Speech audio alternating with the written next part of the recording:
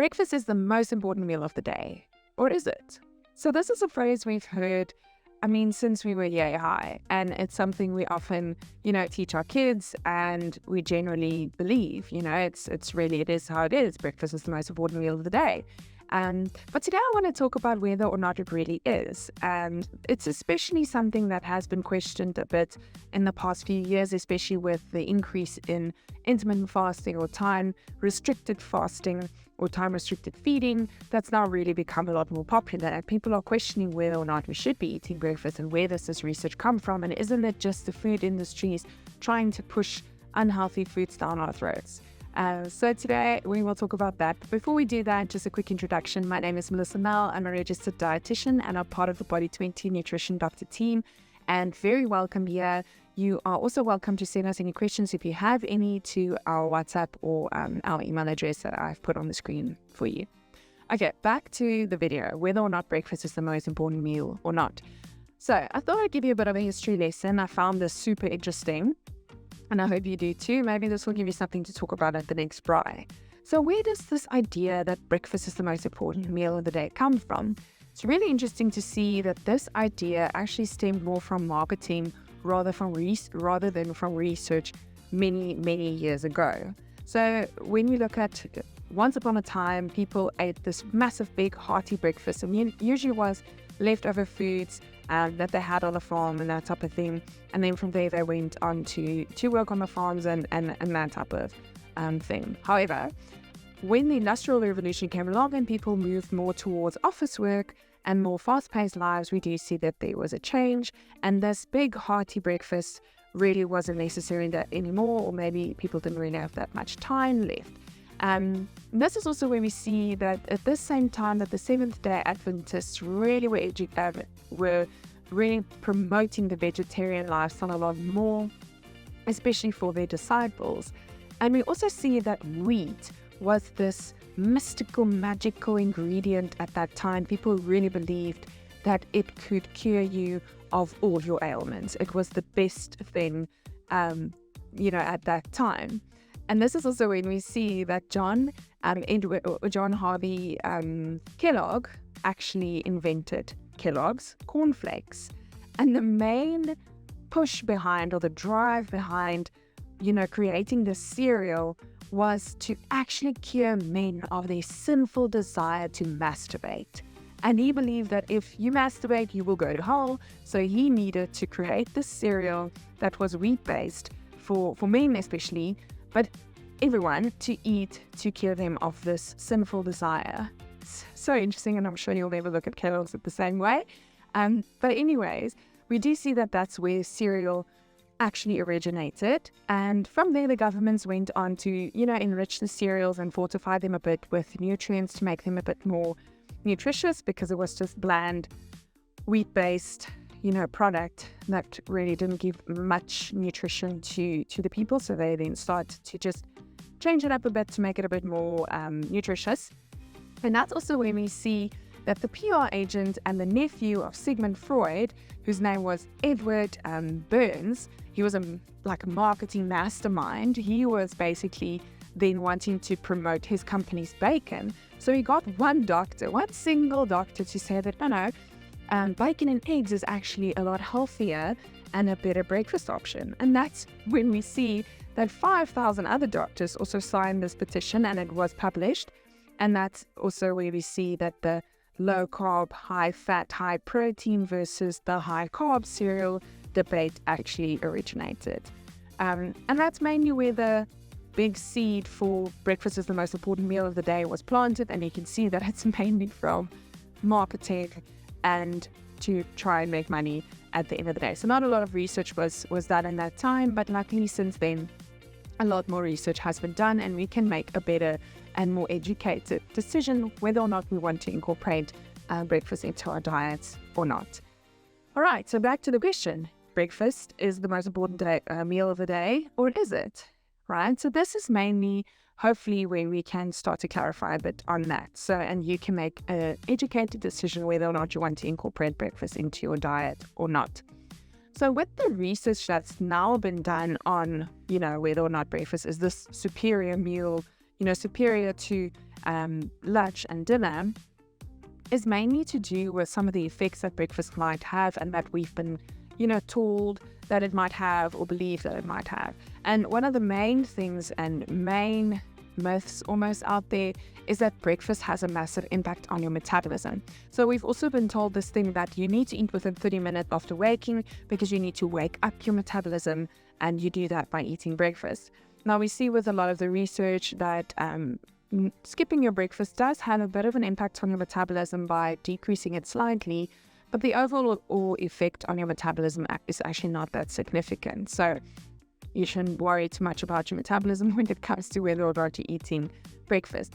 The other main thing that we see with eating breakfast or not has to do with your weight loss or body composition in general. So where the big idea that breakfast is the most important meal of the day comes from is that we see with observational studies that people that eat breakfast tend to be healthier, tend to be lower weight, and tend to have less chronic illnesses or diseases, compared to people that skip breakfast, often being obese or overweight with more chronic illnesses and diseases.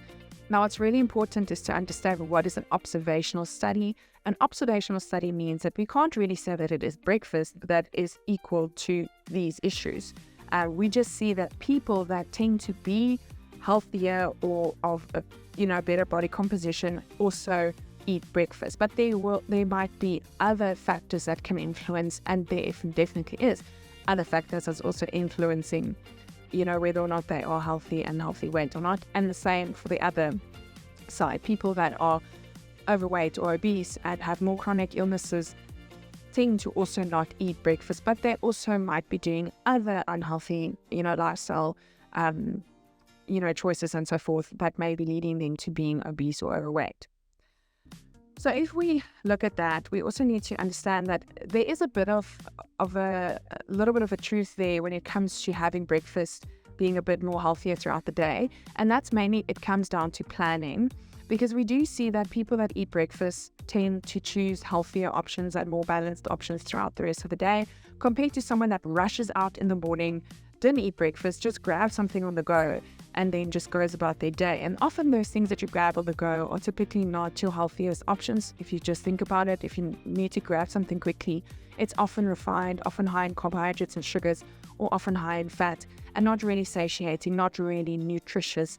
And that might be leading to the snowball effect of having unhealthier foods throughout the rest of the day, because you're not managing your blood levels, your sugar levels, your concentration is not where it needs to be, your energy levels is not where it needs to, or where you'd want it to be, and it's mainly because of that unhealthy start to your day. So this also leads us to the next question when it comes to specifically intermittent fasting, because intermittent fasting has been around since 2010, but it really increased a lot in the popularity in the past few years, where people tend to skip breakfast, specifically for the benefits with intermittent fasting. Now, a lot of people do see really positive effects with intermittent fasting. Others see not really an effect in terms of weight loss. I'm speaking about weight loss now specifically, and others see the opposite happening. Now, when it comes to intermittent fasting, the main reason why it works, there's a lot of other reasons as well why it might have an effect, but one of the main reasons is because you are reducing your calorie intake, because you are removing a meal from your diet. So if you're skipping breakfast, you are reducing your calories quite significantly. And if you're not overcompensating with other foods and other snacks throughout the rest of the day, you can see that you are going to be in a calorie deficit, leading you to actually lose fat, right?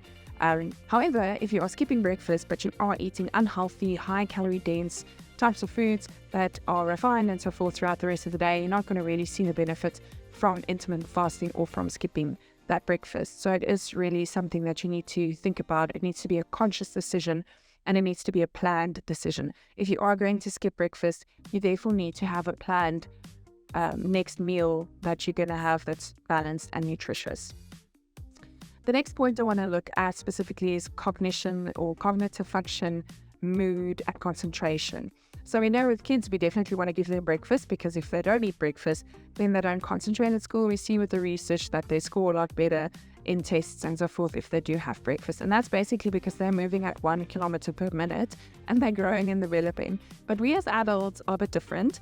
But we do see that there is some people that have a little bit better concentration, score a little bit better if they do have a breakfast. However, we do see, they did a study to see what the effects of 10 grams of Kellogg's or cornflakes would be on, for example, compared to 50 grams of cornflakes in the morning. And we do see that the bigger carbohydrate group, like the 50 grams of cornflakes, actually led to this crash happening and people having lower scores and lower cognitive performance.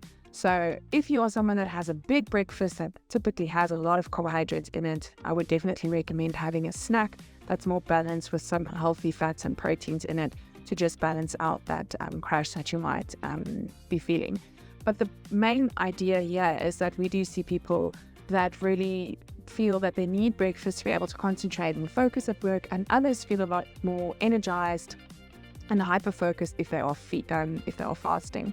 So this is really person-specific, and you need to decide for yourself what works for you and what doesn't work for you. But for kids, definitely they do a lot better if they are fed more frequently in general.